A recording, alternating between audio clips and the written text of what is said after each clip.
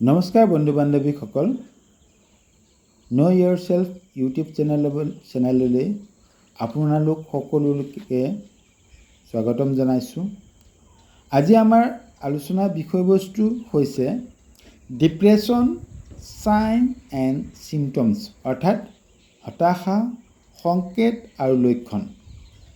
আজিৰ যুগত আমাৰ আটাইতকৈ এটা সমস্যা, জ্বলন্ত সমস্যাৰ ভিতৰত অন্যতম এটা সমস্যা বুলি যদি আমি ধৰি লওঁ, তেতিয়াহ'লে আমি হতাশা বা হতাশগ্ৰস্ততা, আশাহীনতা বা নিৰাশগ্ৰস্ততা, এই সমস্যাখিনি আমাৰ কাৰণে এটা জ্বলন্ত সমস্যা। সেইটো আপোনাৰ মোৰে নহয়, এইটো এটা গোলকীয় সমস্যা বা আমি গ্ল'বেল ইছ্যুজ বুলি ক'ব পাৰোঁ। এতিয়া হতাশা বা ডিপ্ৰেশ্যন মানেনো কি? হতাশা বা ডিপ্ৰেশ্যন হৈছে এনে এক জটিল মানসিক স্বাস্থ্যৰ অৱস্থা যে ব্যক্তিৰ আৱেগ, জ্ঞানমূলক বা শাৰীৰিক সুস্থতাত প্ৰভাৱ পেলায়। হতাশাই আপোনাক শৰীৰটো বা শাৰীৰিক সুস্থতাৰ ক্ষেত্ৰত প্ৰভাৱ পেলায়, অৰ্থাৎ it is the sign and symptoms of mental illness বা মেণ্টেল আনহেল্ডিনেছ, অৰ্থাৎ মানসিক অসুস্থতাৰ এক লক্ষণ হ'ল হতাশা। হতাশা কিয় হ'ব পাৰে? হতাশা হৈছে এনে এক আৱেগিক অৱস্থা যিয়ে ব্যক্তিয়ে নিজকে কম আত্মমূল্য প্ৰদান কৰিব পাৰে, অপৰাধবোধ অনুভৱ কৰিব পাৰে, জীৱন উপভোগ কৰাৰ হ্ৰাস কমি যাব পাৰে, বা আশাহীনতাত ভুগিব পাৰে বা নিৰাশাবাদত ভুগিব পাৰে। ব্যক্তিৰ আত্মসন্মান হ্ৰাস হ'ব পাৰে, আত্মপৰিচয়ৰ অভাৱ হ'ব পাৰে, আৰু সাধাৰণভাৱে ক'বলৈ গ'লে ব্যক্তিৰ দৈনন্দিন জীৱনত যিখিনি সজীৱতা থাকে, চিন্তা কৰ্মৰ ক্ষেত্ৰত সেই সজীৱতা হ্ৰাস পাব পাৰে বা কৰ্মৰ ক্ষেত্ৰত গতি লেহেমীয়া হ'ব পাৰে।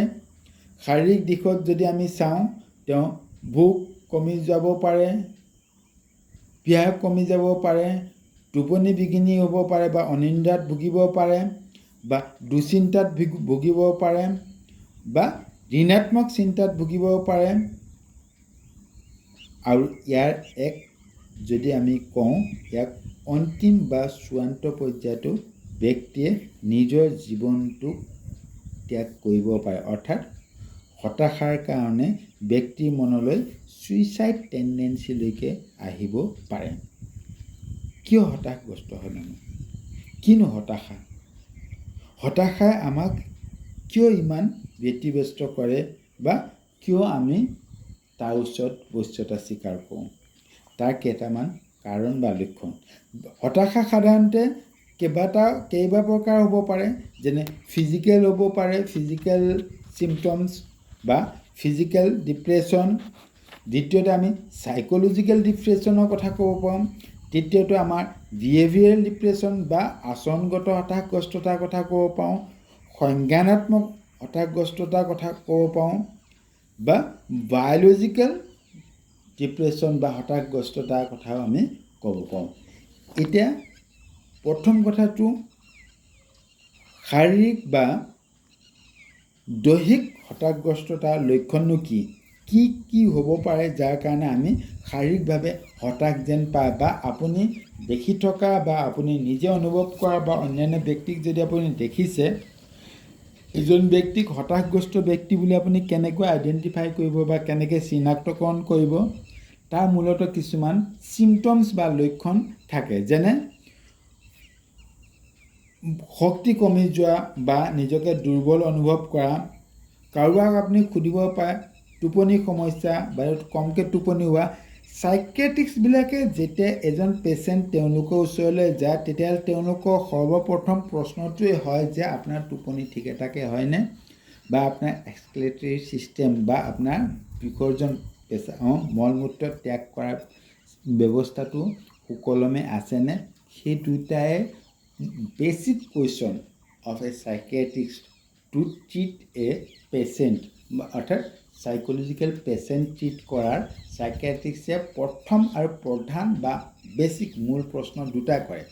আপোনাৰ টোপনি ঠিকে থাকে যায়নে বা আপোনাৰ শৌচ পেচাব ঠিকে থাকে হয়নে all those are the main symptoms of physical depression গতিকে যদি এজন ব্যক্তিৰ এক্সক্ৰিলেটৰী সিস্টেম যদি সুচাৰুৰূপে পৰিচালিত হোৱা নাই বা তেওঁৰ টোপনি যদি কম হৈছে বা টোপনি সুচাৰুৰূপে হোৱা নাই তেতিয়াহ'লে আপুনি গম পাব তেওঁ এজন হতাশগ্ৰস্ত ব্যক্তি কেতিয়াবা আমাৰ ডাইজেষ্টিভ সিস্টেমতো তাৰ ইম্পেক্ট পৰে বা আমাৰ খোৱা বোৱা অতিমাত্ৰা বেছি ভোক লগা বা প্ৰয়োজনতকৈ কমকৈ ভোক লগা সেইটো এটা হতাশগ্ৰস্ততাৰ কাৰণ হ'ব পাৰে মূৰৰ বিষটো এটা হতাশগ্ৰস্ততাৰ কাৰণ হ'ব পাৰে পাচন প্ৰক্ৰিয়া বা ডাইজেষ্টিভ সিস্টেমত থকা ব্যাঘাতো এটা হতাশগ্ৰস্ততাৰ কাৰণ হ'ব পাৰে যেনে পেটৰ বিষ বমি কোষ্ঠকাঠিন্য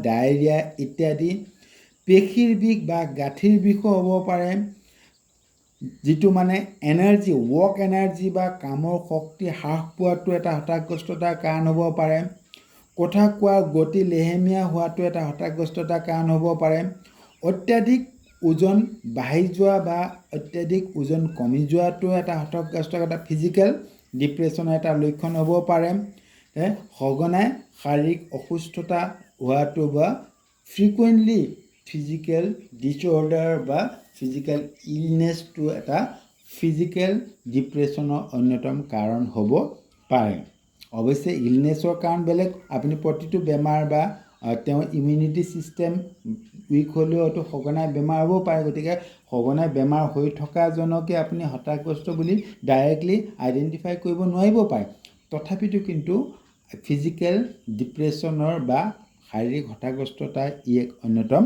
কাৰণ ঠিক তেনেকৈ আচৰণজনিত যদি হতাশগ্ৰস্ততা বা বিহেভিয়াৰ চাইন আৰু চিমটমছ অফ ডিপ্ৰেশ্যন বুলি যেতিয়া আমি তেতিয়া কওঁ তেতিয়াহ'লে সামাজিকভাৱে তেওঁ নিজকে আইচলেটেড কৰি ৰখা বা আঁতৰাই ৰখা বা সামাজিক যোগাযোগ বিচ্ছিন্ন কৰি ৰখা সামাজিক কৰ্ম প্ৰদৰ্শন বা ছ'চিয়েল ৱৰ্ক এক্টিভিটিছবিলাকৰ পৰা নিজকে আইচলেটেড কৰা বা আঁতৰাই ৰখা বা সামাজিক কাৰ্যকলাপত অংশগ্ৰহণ নকৰা বা স্বভাৱ খং বা খিংখিঙীয়া স্বভাৱ হোৱা সামাজিক পৰিৱেশ হুলস্থুলীয়া পৰিৱেশ বন্ধু বান্ধৱৰ মাজত থকা যিটো হৰ্ষ উল্লাস বা কথা বতৰা আলোচনা বিলোচনা পৰিৱেশৰ পৰা নিজকে আঁতৰাই ৰখা নিজকে দায়িত্বৰ পৰা আঁতৰাই ৰখা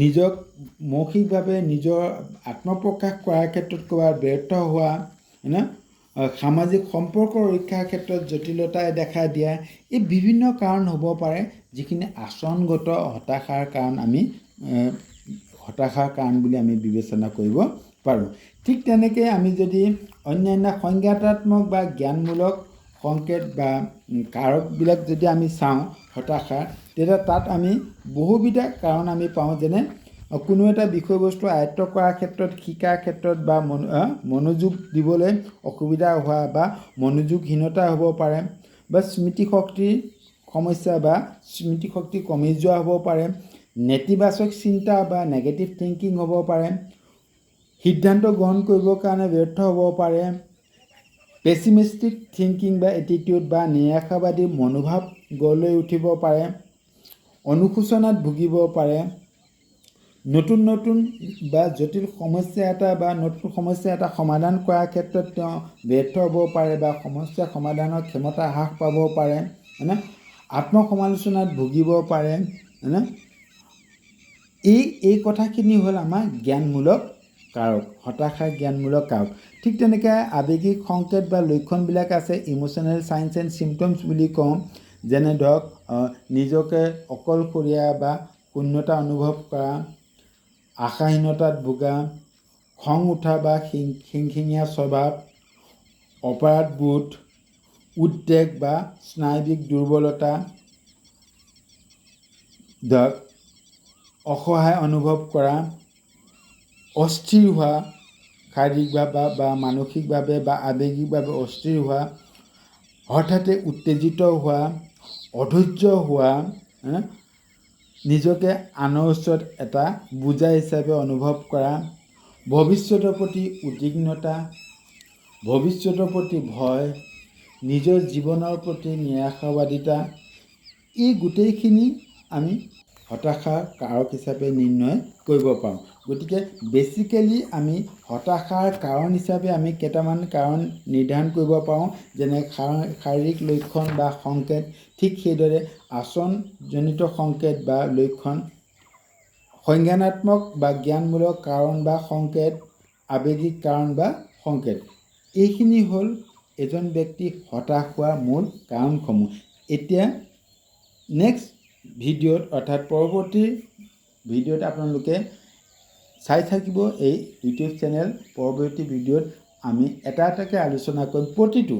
এতিয়া যদিও 4টা বা 5টা বিভিন্ন আমাৰ মানুহৰ দিশসমূহৰ বিষয়ে পৃথকে কোৱা হৈছে, এতিয়া পৰৱৰ্তী ভিডিঅ'সমূহত প্ৰতিটো দিশৰ হতাশগ্ৰস্ততা হ্ৰাস কৰিবৰ কাৰণে আমি কি ব্যৱস্থা গ্ৰহণ কৰিব পাৰোঁ সেই সম্পৰ্কে আমি আলোচনা কৰিম। গতিকে ইমান সময় এই ভিডিঅ' আপোনালোকে চাই থকাৰ কাৰণে সকলোকে পুনৰ এবাৰ ধন্যবাদ আৰু কৃতজ্ঞতা জনাই আজি এই ভিডিঅ'টো সামৰিছোঁ। ধন্যবাদ।